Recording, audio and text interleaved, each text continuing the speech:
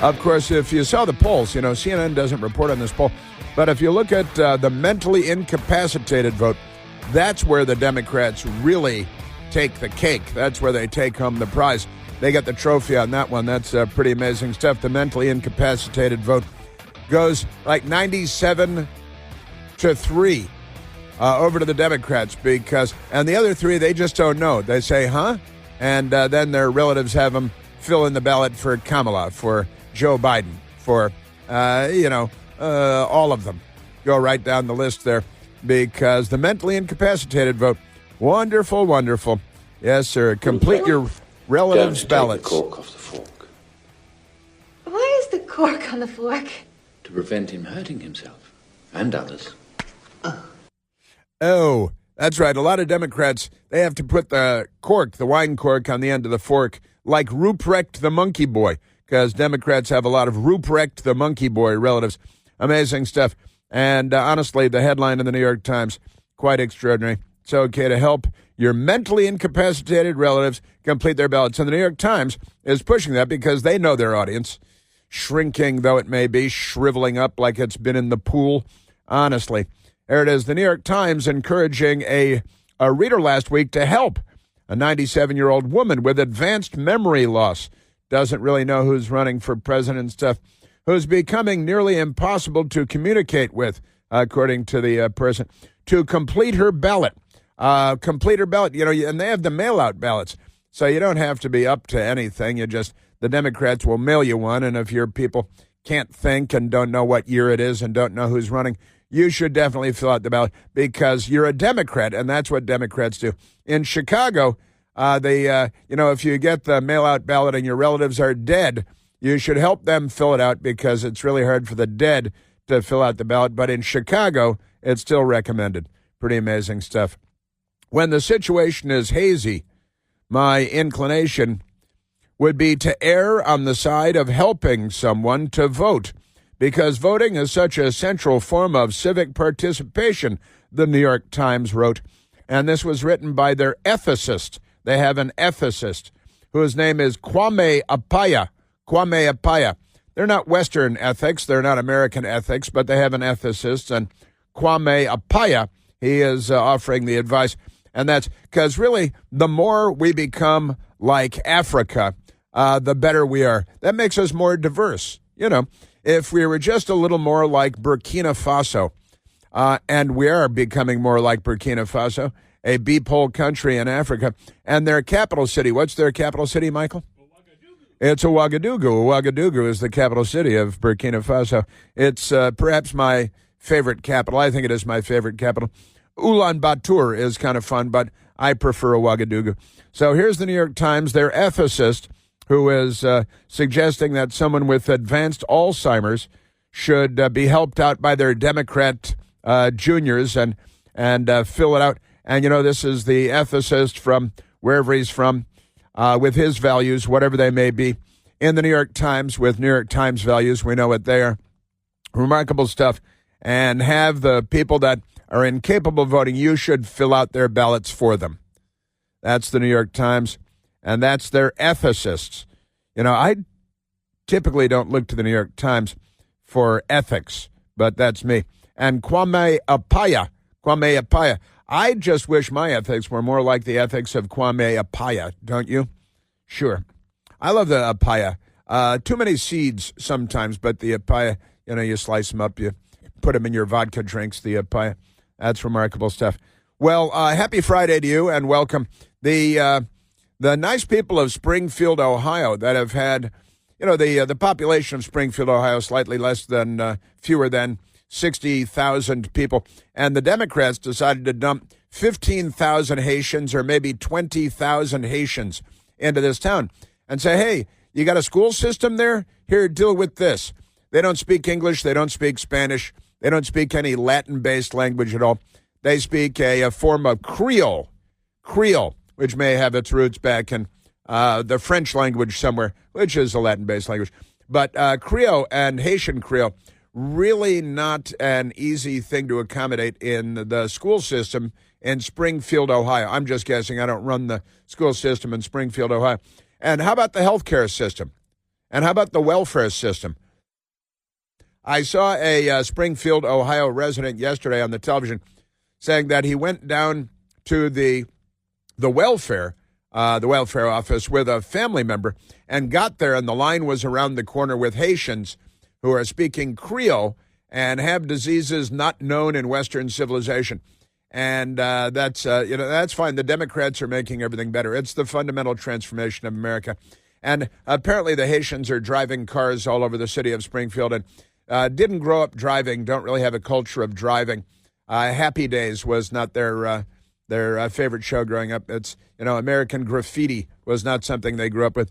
And so they're crashing a lot. And I played some of the audio of a resident there who's African-American, since Democrats care about nothing more than that. And the African-American resident of Springfield, Ohio, saying that these Haitians are careening around the city, crashing into things and overturning cars and stuff. I really challenge you guys to get out here and do something. These Haitians are running into trash cans. They're running into buildings. They're running into... they flipping cars in the middle of the street.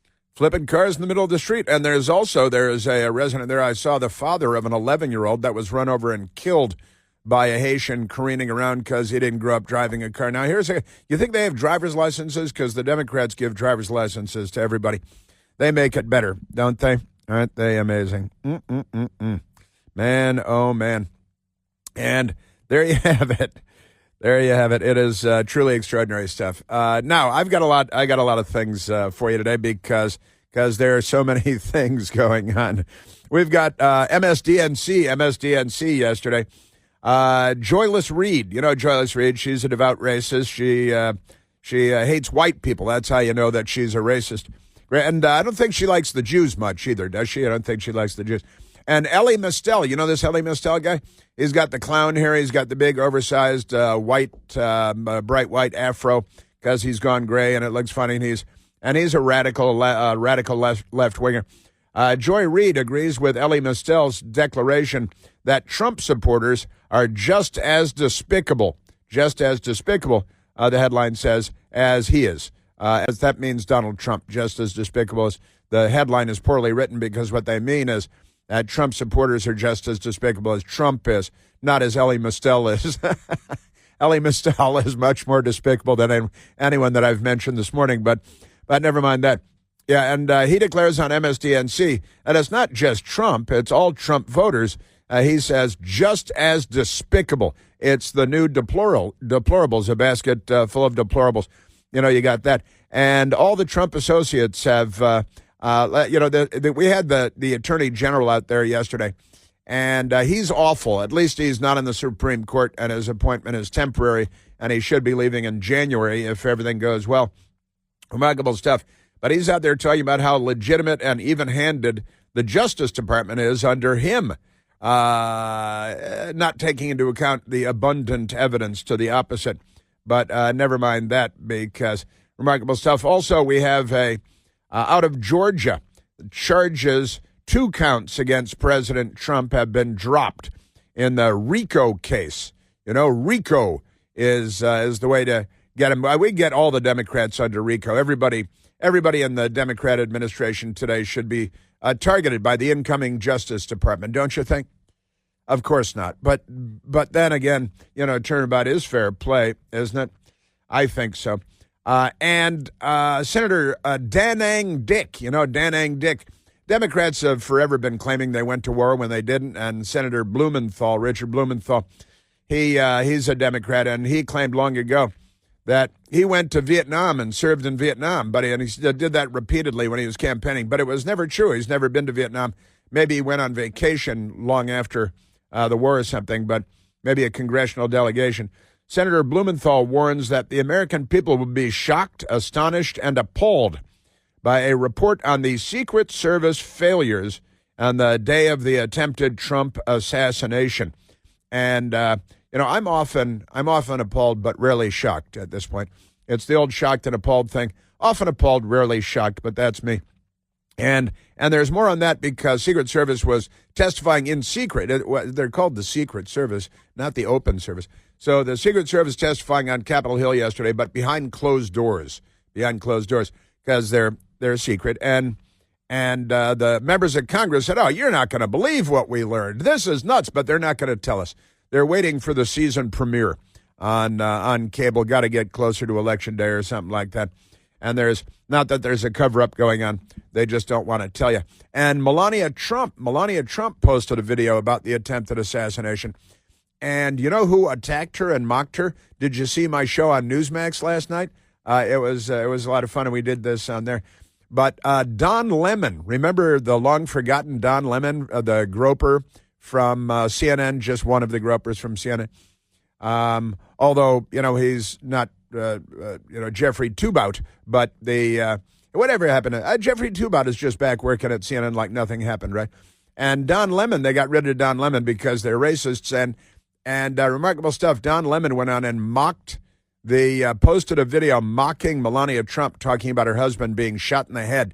He's just trimmed. It was just his ear, which is attached to his head last time I looked, but never mind that. That's where he keeps his ears, on his head. Where was I yesterday? I made mention of this yesterday, and somebody said, yeah, Trump got shot in the head, and dude said, you mean he was shot in his ear?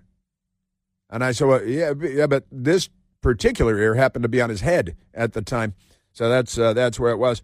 That's how you can tell if he was just shot in the nose, that'd still be his head, That's how that works, but amazing stuff. And the news media is very upset. The Newsweek fake magazine, instead of reporting on the story, just put out a political story, a pretty ridiculous political story. MAGA, that's the first letters of their headline in Newsweek magazine, MAGA, in all capital letters, as you might imagine. I think they don't know what it means. If you ask the Newsweek reporter, what does MAGA stand for? Do you think, how many Democrats could even answer that question? Every day is an IQ test. I'm thinking that most Democrats would have trouble with that, including reporters at Newsweek magazine. MAGA pushes claim of ABC whistleblower. They put that in quotation marks, ABC whistleblower. After Harris-Trump debate. Now, there is that. That's not the appropriate headline in Newsweek magazine. And when you hear this story, it's pretty amazing. There is a story going around, and the whistleblower has not come forward. So it's not confirmed, but the story flying around is that there's someone inside ABC who is threatening to go public and say that the people at ABC News handed over the questions or the boilerplate questions to the Harris campaign in advance of the debate the other night, which happened with Hillary Clinton and Donald Trump debating in 2016, and CNN gave the questions to Hillary Clinton, and they let go Donna Brazile. Have they hired her back yet? John, you're on the Chris Plant Show. Hi, Chris. Hey, John. I heard you were talking about the assassination attempt on Trump. I was in Butler, and the one thing I saw that nobody talks about, I'll have to give you a little bit of background to lead up to it. I was about 130 feet from Trump, okay? Uh-huh. And sometimes they had this railing they set up. They could move around, and that's where I was standing. And then there was other bleachers down there, not where the people got shot, a different place that you had to have tickets set there. So anyway, shortly before Trump would speak, they brought a fire engine in and drove down, on the other where you couldn't be, and pointed it in towards the bottom of those bleachers. And when the 3 shots were fired, it was boom, boom, boom. What nobody talks about, instantly, like the fire engine was running, somebody was on the valve, a big gush of water went into the bottom of those bleachers. Like, could there have been another shooter there? Why did that happen? It was like boom, boom, and somebody was on the valve and turned it instantly. Like maybe they were thinking there was another shooter there. Why did that happen? And nobody mentions why. It was simultaneously. As soon as the 3 shots went off, he opened the valve and they shut all this water into the bottom of those bleachers. Not the ones where the people got shot, a different one. I had not heard about that.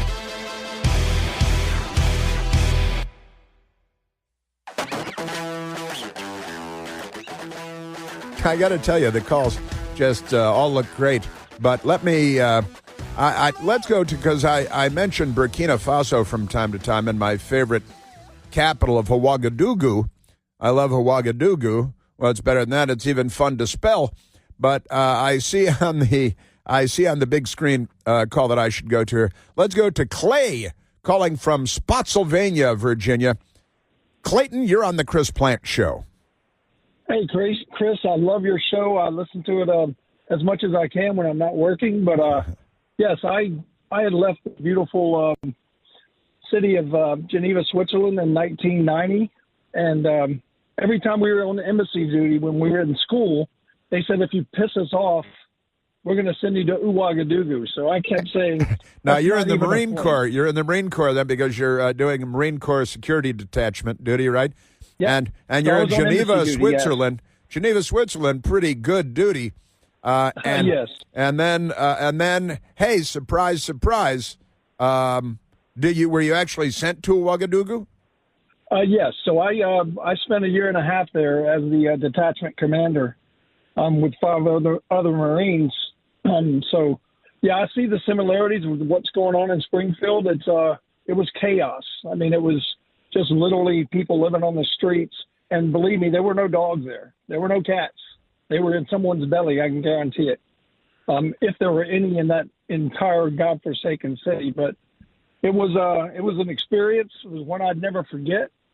And, when I came back home, I was like, God, I love America, and then it seems like parts of it are, going to that place. And I mean, we would drive to the embassy and we would literally get 50 cows in our face with a little machine gun, and then we'd actually moon them or do something like that because we were young Marines. So it was a great experience and taught me how to love America even more. And I appreciate it. I retired from the Marine Corps after 41 years of military and federal service, strictly with the Marine Corps. And I love your show, and that's all I got. Wow, that's a lot. That's a lot of good stuff. Wow, career in the Marine Corps, and you're presumably kind of a young officer, maybe a major as the leader of the Marine Security Detachment. Yes. No, actually, within the embassy, it's I was a staff sergeant at the time, so it was typically it goes up to gunnery sergeant, detachment commander, and at the district level, that's where the officers come in. But yeah, there were just 5 of us young Marines, taking care of coups d'etats and crazy riots and all kind of stuff. So a year and a half in Ouagadougou. A year and a half, and we couldn't build caskets. The USA couldn't build caskets fast enough for the embassy staff because that's when the AIDS epidemic broke out. Wow. I didn't even know what they were. I was like, what are those wooden boxes? And yeah, they were getting buried so fast at such a rapid pace. And that was the epicenter of the AIDS pandemic. So wow, it was pretty interesting. But I've never heard Ouagadougou on the radio, so I just wanted to call in and thank you for mentioning that place. I think similarity. A city that needs to be noted from time to time. Yes, exactly. We need to remember Ouagadougou. Well, I couldn't forget it, believe me.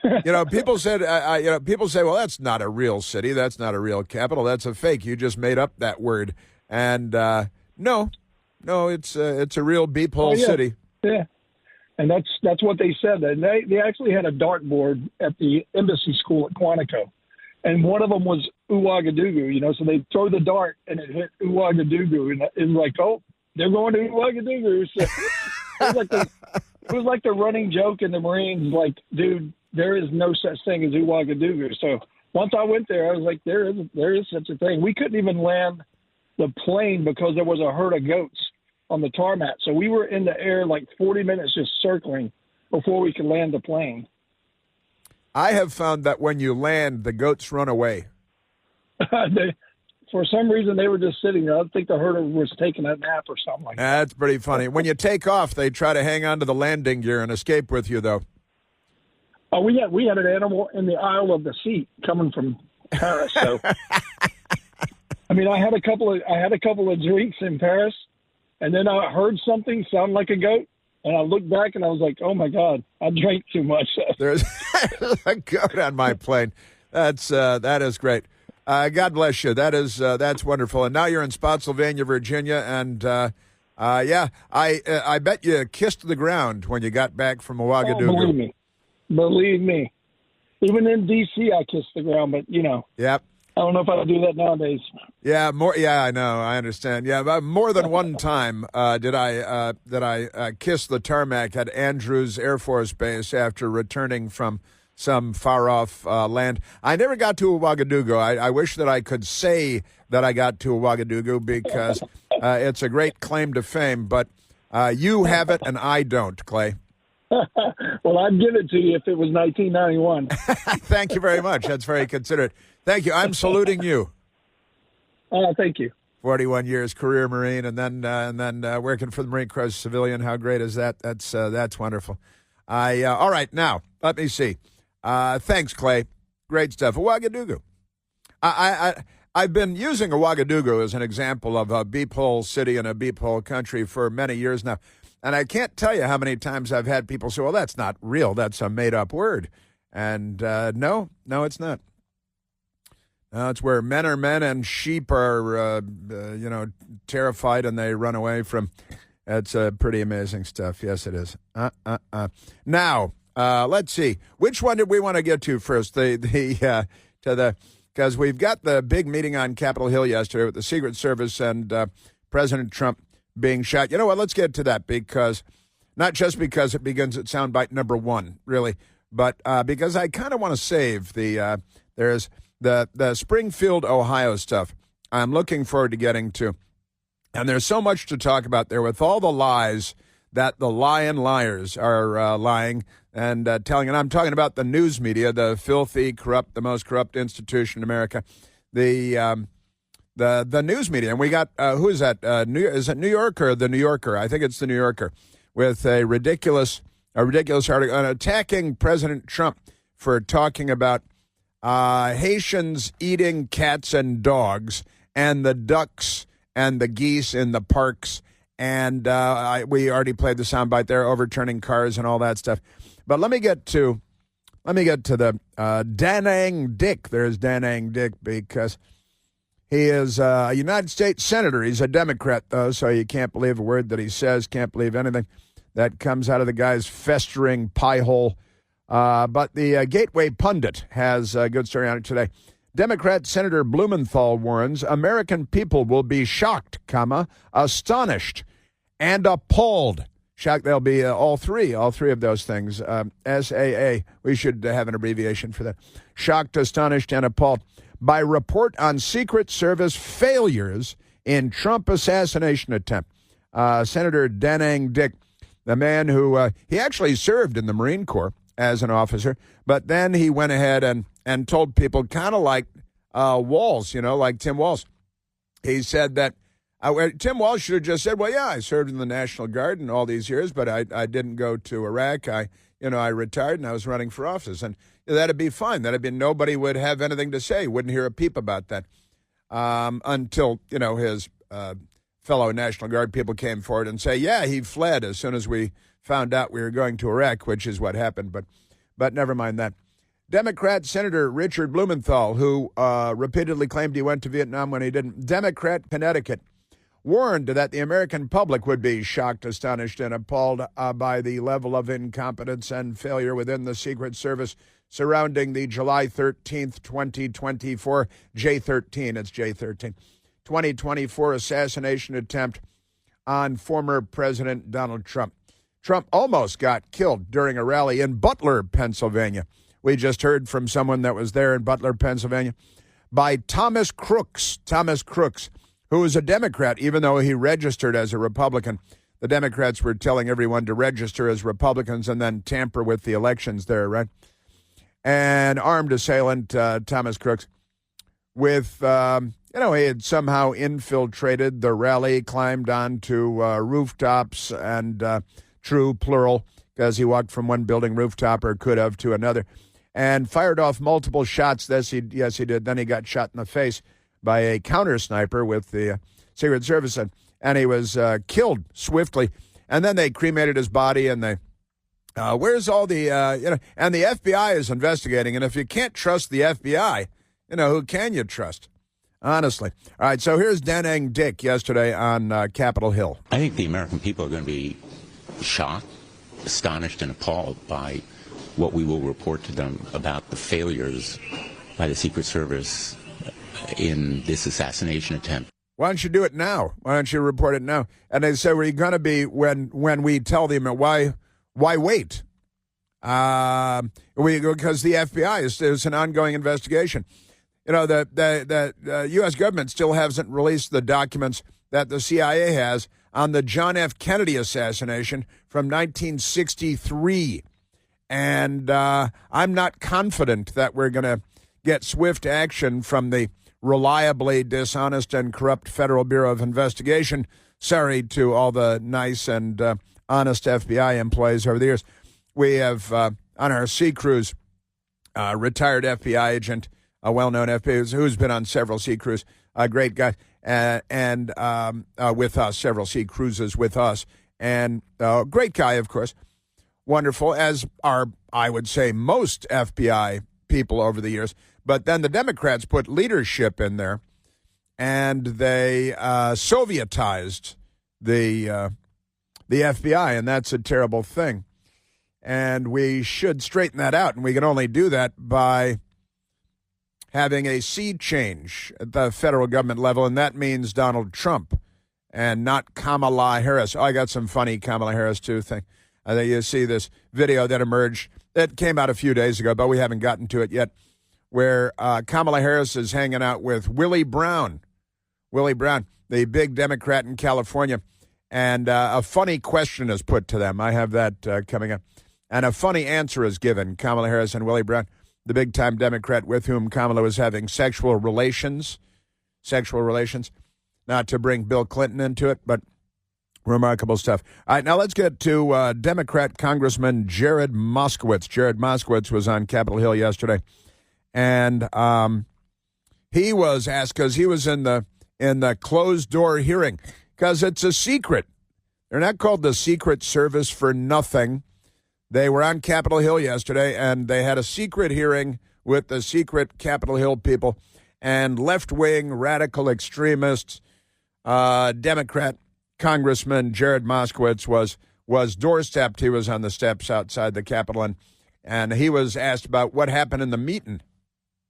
We're going to have a hearing at some point in September, public hearing, which is important because, look, there are people out there on the left who think this thing was staged, and there are people on the right who think this was an inside job. And that's because no one is giving them information. We got to fill the void and got to give them information.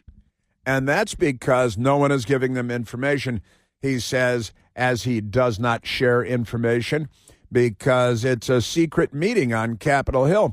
And while they're finding out what's going on inside the Secret Service and hopefully the FBI investigation, but the radical extremist Democrat from Florida, he says, well, the reason people don't trust them, and there are conspiracy theories going around that people on the left think it was all faked and it didn't happen, and because they shouldn't be allowed to vote. Honestly, if you're that dumb, you shouldn't be allowed to vote. You should have your voter and your driver's license taken away from you. You shouldn't have any ID at all.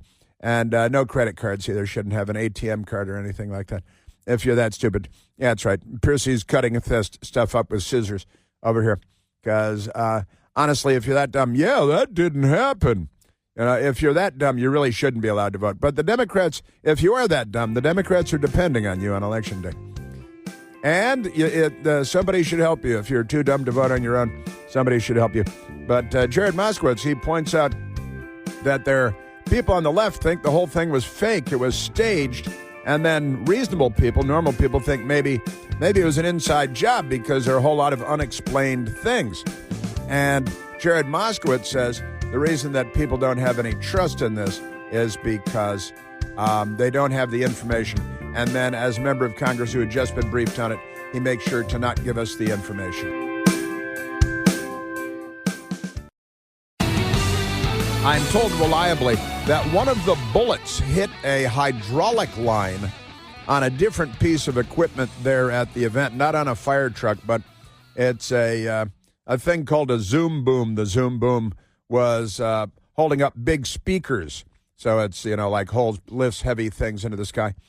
And the Zoom boom had a hydraulic line hit by one of the bullets fired by crooks.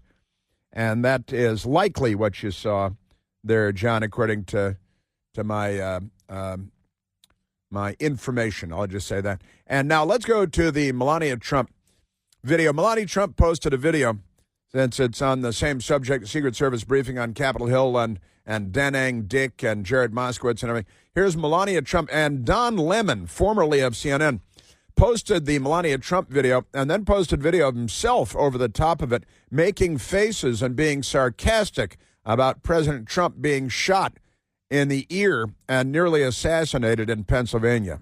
The attempt to end my husband's life was a horrible, distressing experience. Now, the silence around it feels heavy. I can't help but wonder, why didn't law enforcement officials arrest the shooter before the speech? There is definitely more to this story, and we need to uncover the truth. She has one of the great accents of all time and looked wonderful doing it. And they resent that, too, don't they? Because they're kind of, Rachel Maddow people. But the Melania Trump posted a 35-second video raising a couple of questions. Don Lemon, formerly of CNN, but he still represents CNN after all those years. And he laid himself his video of his own face, mocking and ridiculing and raised eyebrow and curling his lip and making hand gestures and mocking Melania Trump. Because the Democrats, they're this close to turning into a really, really bad party.